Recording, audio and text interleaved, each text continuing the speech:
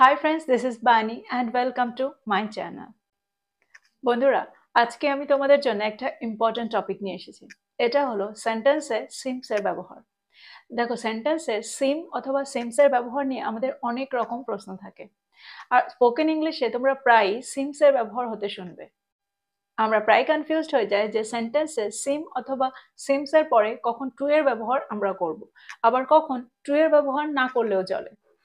Negative সেন্টেন্সে আমরা সিমকে অথবা সিমসকে কি করে ব্যবহার করব, আবার পাস্ট টেন্সে যখন সেন্টেন্সটা পাস্ট টেন্সে থাকবে তখন আমরা সেন্টেন্সে সিম অথবা সিমসের ব্যবহার কি করে করব। তো এই সমস্ত প্রশ্নের উত্তর আজকে তোমরা এই ভিডিওটাতে পাবে। এই ভিডিওটাতে তোমরা সমস্ত কিছু শিখতে পারবে। তো আজকের ভিডিওটা কিন্তু ভীষণ ইম্পর্টেন্ট। তোমরা কোথাও যাবে না, আমার সাথে ভিডিওটা একদম শেষ পর্যন্ত থাকবে। যারা চ্যানেলে নতুন, অর্থাৎ প্রথম আমার ভিডিও দেখছো, তারা প্লিজ চ্যানেলটাকে সাবস্ক্রাইব করে নিও। তাহলে যখনই আমি ভিডিও আপলোড করব তোমরা নোটিফিকেশন পেয়ে যাবে। তো আর দেরি না করে চলো শুরু করা যাক আজকের ভিডিও। সবার আগে আমরা জানবো সিমের অর্থ, অর্থাৎ সেন্টেন্সে আমরা এটাকে কোন অর্থে ব্যবহার করতে পারি। দেখো, সিমের অর্থ হলো মনে হয় বা মনে হচ্ছে বা এরকমটা লাগছে, এরকম অর্থে আমরা সেন্টেন্সে সিমকে অথবা সিমসকে ব্যবহার করব। দেখো, আমি বারবার বলছি সিমকে অথবা সিমসকে। তো কখন আমরা সেন্টেন্সে সিমের ব্যবহার করব আর কখন আমরা সেন্টেন্সে সিমসের ব্যবহার করব? যখন সেন্টেন্সে সাবজেক্টটা থার্ড পারসন সিঙ্গুলার নাম্বার থাকবে, তারপরে আমরা যখন সিমের ব্যবহার করব তার সাথে আমরা এস কে যোগ করব। অর্থাৎ সাবজেক্টটা যখন থার্ড পারসন সিঙ্গুলার নাম্বার থাকবে তখন আমরা সিমসের ব্যবহার সেন্টেন্সে করব।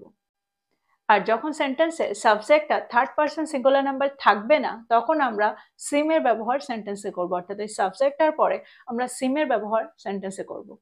এক্সাম্পল দেখো, এক্সাম্পলের মধ্যে দিয়ে তোমরা আরো ভালো করে বুঝতে পারবে। তোমাকে আজ খুশি খুশি লাগছে, বা আমরা এটাও বলতে পারি তোমাকে আজ খুশি মনে হচ্ছে। You seem happy today. You seem happy today. দেখো, এখানে কিন্তু আমরা সিমের ব্যবহার সেন্টেন্সে করেছি, আর এখানে আমরা সিমসের ব্যবহার করব না, কারণ সাবজেক্টটা থার্ড পারসন সিঙ্গুলার নাম্বার নয়। তাকে এখন ক্লান্ত বলে মনে হচ্ছে। হি সেমস টায়ার্ড নাও। হি সেমস টায়ার্ড নাও। তাকে একজন মেধাবী ছাত্রী বলে মনে হচ্ছে। She seems an intelligent student. She seems an intelligent student.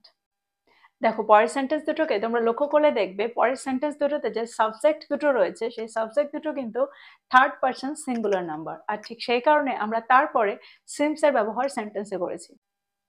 যদি আমি বলি আপনাকে একজন দয়ালু ব্যক্তি বলে মনে হয়, you seem a kind person.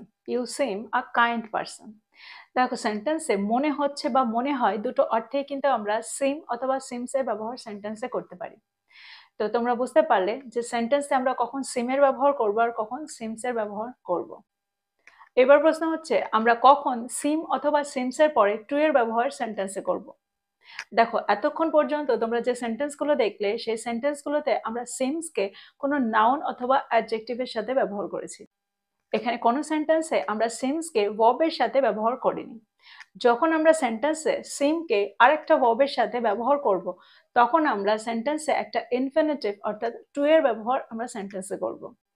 Example দেখো, তোমরা আরো ভালো করে বুঝতে পারবে। যদি আমি বলি বিড়ালটা তোমাকে মনে হয় পছন্দ করছে। The cat seems to like you. The cat seems to like you. আগের সেন্টেন্সগুলোকে একবার ভালো করে দেখে নাও। দেখো, আগের সেন্টেন্সগুলোতে আমরা এরকমটা বলেছি যে তোমাকে আজ খুশি মনে হচ্ছে। তো হ্যাপি এই ওয়ার্ডটা হলো একটা অ্যাডজেক্টিভ। যদি আমি বলি যে তাকে একজন মেধাবী ছাত্রী বলে মনে হয়, মেধাবী এই ওয়ার্ডটাও কিন্তু একটা অ্যাডজেক্টিভ। তো এগুলোর সাথে আমরা সিম অথবা সিমসের ব্যবহার শুধু করতে পারি, অর্থাৎ এই সেন্টেন্সগুলোতে টু এর ব্যবহার না করলেও চলে। দেখো, এই সেন্টেন্সগুলোতেও কিন্তু আমরা টু এর ব্যবহার করতে পারি, কিন্তু তার সাথে আমাদের বি কেও অ্যাড করতে হয়। অর্থাৎ টু বি এর ব্যবহার করেও কিন্তু আমরা এই সেন্টেন্সগুলোকে তৈরি করতে পারি। যখন আমি এর পরে টু বি কে তোমাদেরকে পড়াবো, অর্থাৎ সিম টু বি বা সিমস টু বি বলবো, সিমস টু বি কে এক্সপ্লেন করব, তখন তোমরা জানতে পারবে যে এই ধরনের সেন্টেন্সে আমরা টু বি কে ব্যবহার করে কি করে তৈরি করতে পারি। আর একটা এক্সাম্পল দেখো, যদি আমি বলি তুমি ব্যাপারটা বুঝতে পারো বলে মনে হয়, বা তুমি ব্যাপারটা বুঝতে পারো বলে মনে হচ্ছে। You seem to understand the matter. You seem to understand the matter. এবার আমরা দেখব এই সেন্টেন্সগুলোকে নেগেটিভ সেন্টেন্সে আমরা কি করে তৈরি করতে পারি। যদি আমি বলি বিড়ালটা তোমাকে পছন্দ করছে না বলে মনে হয়, বা বিড়ালটা তোমাকে পছন্দ করছে না বলে মনে হচ্ছে। The cat doesn't seem to like you. The cat doesn't seem to like you. তুমি ব্যাপারটা বুঝতে পারো না বলে মনে হয়। You don't seem to understand the matter. You don't seem to understand the matter. দেখো সেন্টেন্সগুলোকে তোমরা ভালো করে লক্ষ্য করলে দেখতে পাবে যখন আমরা সেন্টেন্সে সিমসের ব্যবহার করছি, অর্থাৎ যে সেন্টেন্সগুলোতে আমরা সিমসের ব্যবহার করছি সেই সেন্টেন্সগুলোকে যখন আমরা নেগেটিভ সেন্টেন্সে তৈরি করছি তখন আমরা ডাজ নটের ব্যবহার সেন্টেন্সে করছি, অর্থাৎ ডাজন্ট বলছি। আর যখন সাবজেক্টটা থার্ড পার্সন সিঙ্গুলার নাম্বার থাকছে না, অর্থাৎ যখন আমরা সিমের ব্যবহার সেন্টেন্সে করছি তখন আমরা ডোন্ট অর্থাৎ ডু নটের ব্যবহার সেন্টেন্সে করছি। আমার মনে হয় এই পর্যন্ত তোমরা খুব ভালো করে বুঝতে পারলে। এবার আমরা দেখব টু বি এর ব্যবহার, অর্থাৎ সিম টু বি বা সিমস টু বি এর ব্যবহার সেন্টেন্সে। এই সেন্টেন্সটাতে যদি আমরা সিমস টু বি এর ব্যবহার করি তাহলে সেন্টেন্সটা কি হবে? She seems to be happy today. She seems to be happy today. এবার প্রশ্ন হচ্ছে যে তাহলে আমরা কোনটার ব্যবহার করব?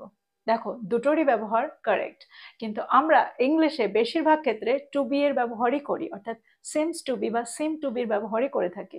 তোমরা বেশি এই স্ট্রাকচারটারই ব্যবহার শুনবে।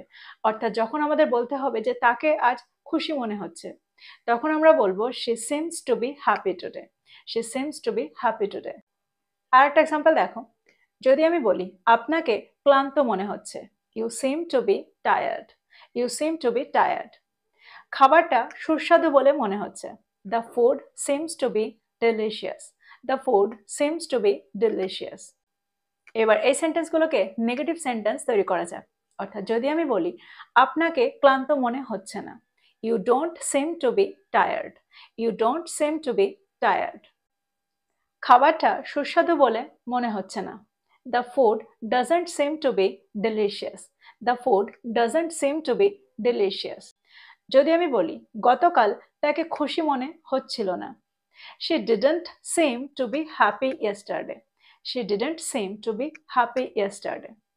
দেখো সেন্টেন্সটা পাস্ট টেন্সে আছে আর ঠিক সেই কারণে আমরা ডিড নট দিয়ে সেন্টেন্সটাকে নেগেটিভ করব। যদি আমি বলি গতকাল তাকে খুশি মনে হয়েছিল, she seemed to be happy yesterday. She seemed to be happy yesterday. সমস্যাটি জটিল বলে মনে হয়েছিল, the problem seemed to be complicated. The problem seemed to be complicated.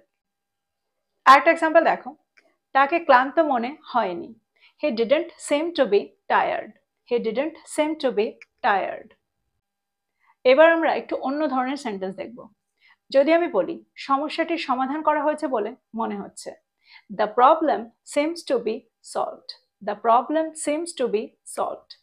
দেখো এই সেন্টেন্সটাতে দুটো ভার্ব আছে, কিন্তু একটা ভার্ব আমরা সিমসকে পাচ্ছি বা সিমকে পাচ্ছি, আর আরেকটা ভার্ব যেটা আছে সেটা টু বি এর পরে আমরা ব্যবহার করেছি, আর এটা ভার্বের থার্ড ফর্ম। আর একটা জিনিস তোমরা এখানে মনে রাখবে, এই ধরনের সেন্টেন্সকে আমরা প্যাসিভ ভয়েস বলে থাকি, আর ঠিক সেই কারণে এখানে আমরা থার্ড ফর্মের ব্যবহার সেন্টেন্সে করব। আর একটা এক্সাম্পল দেখো, যদি আমি বলি বইটি পড়া বলে মনে হচ্ছে, বা আমরা এটাও বলে থাকি বইটি পড়া আছে বলে মনে হচ্ছে, the book seems to be red. The book seems to be red. দেখো এই রেডটা কিন্তু ভার্বের থার্ড ফর্ম, রেডের তিনটে ফর্মই একই থাকে। আর একটা এক্সাম্পল দেখো, যদি আমি বলি সিনেমাটি দেখা বলে মনে হচ্ছে, the movie seems to be watched. The movie seems to be watched. এবার আমরা দেখব সিম টু বি বা seems to be plus verb plus ING এর ব্যবহার, অর্থাৎ সেন্টেন্সে আমরা এটাকে এই স্ট্রাকচারটাকে কোন অর্থে ব্যবহার করতে পারি।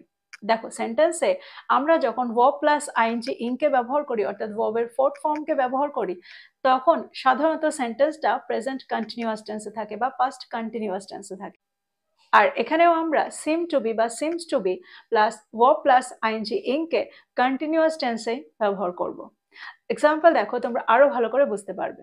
দেখো কন্টিনিউয়াস টেন্স হলো সেই টেন্সগুলো যেখানে আমরা বলতে চাই যে কোনো একটা কাজ চলছে। এক্সাম্পলের মধ্যে দিয়ে তোমরা আরো ভালো করে বোঝার চেষ্টা করো। বাইরে বৃষ্টি হচ্ছে বলে মনে হয়, বা বাইরে বৃষ্টি হচ্ছে বলে মনে হচ্ছে, it seems to be raining outside. It seems to be raining outside. মনে হচ্ছে সে একটা বই পড়ছে, she seems to be reading a book. She seems to be reading a book. দেখো এই সেন্টেন্স দুটোর মধ্যে দিয়ে তোমরা বুঝতে পারছো যে কোনো একটা কাজ চলছে এরকমটাই আমরা বোঝাতে চাইছি, আর ঠিক সেরকম অর্থেই আমরা এই স্ট্রাকচারটার ব্যবহার সেন্টেন্সে করছি। আর একটা এক্সাম্পল দেখো, আপনি দ্রুত শিখছেন বলে মনে হচ্ছে। You seem to be learning quickly. You seem to be learning quickly. এবার এই সেন্টেন্সগুলোকে নেগেটিভ সেন্টেন্সে তৈরি করলে সেন্টেন্সটা কেমন হবে? যদি আমি বলি বাইরে বৃষ্টি হচ্ছে বলে মনে হচ্ছে না, It doesn't seem to be raining outside. It doesn't seem to be raining outside. এবার past tense কিছু সেন্টেন্স দেখা যাক। যদি আমি বলি গতকাল খুব বৃষ্টি হচ্ছিল বলে মনে হচ্ছিল, It seemed to be raining heavily yesterday. It seemed to be raining heavily yesterday. সে একটা বই পড়ছিল বলে মনে হচ্ছিল, She seemed to be reading a book. She seemed to be reading a book. এবার এই সেন্টেন্সটাকে যদি আমরা নেগেটিভ সেন্টেন্সে তৈরি করি তাহলে সেন্টেন্সটা কি হবে? যদি আমি বলি সে একটা বই পড়ছিল বলে মনে হচ্ছিল না, She didn't seem to be reading a book. She didn't seem to be reading a book. তো তোমরা বুঝতে পারছো এই সেন্টেন্সগুলোকে আমরা ঠিক কিভাবে তৈরি করছি। আমরা কন্টিনিউয়াস টেন্সে যখন সেন্টেন্স তৈরি করব তখন আমরা এই স্ট্রাকচারটাকে সেন্টেন্সে ব্যবহার করব, অর্থাৎ seem to be plus verb plus ING ing. তো এই ছিল সিম এবং সিম টু বি এর সমস্ত ব্যবহার। আমার মনে হয় প্রত্যেকটা ব্যবহারকে তোমরা খুব ভালো করে বুঝতে পেরেছো। প্রত্যেকটা ব্যবহারকে নোট ডাউন করো আর এই স্ট্রাকচারগুলো দিয়ে নতুন নতুন সেন্টেন্স তৈরি করো। এর পরের ভিডিওটাতে তোমরা সিম টু হ্যাভ এর ব্যবহার দেখবে। তো এই ছিল আজকের টপিক, এই ছিল আজকের ভিডিও। ভিডিওটা ভালো লাগলে লাইক করতে ভুলে যেও না, বন্ধুদেরকে শেয়ার করো যারা ইংরেজি শিখছে। So this is all about today. I will be back with another video. Till then, take care. Thank you for watching this video. Bye-bye.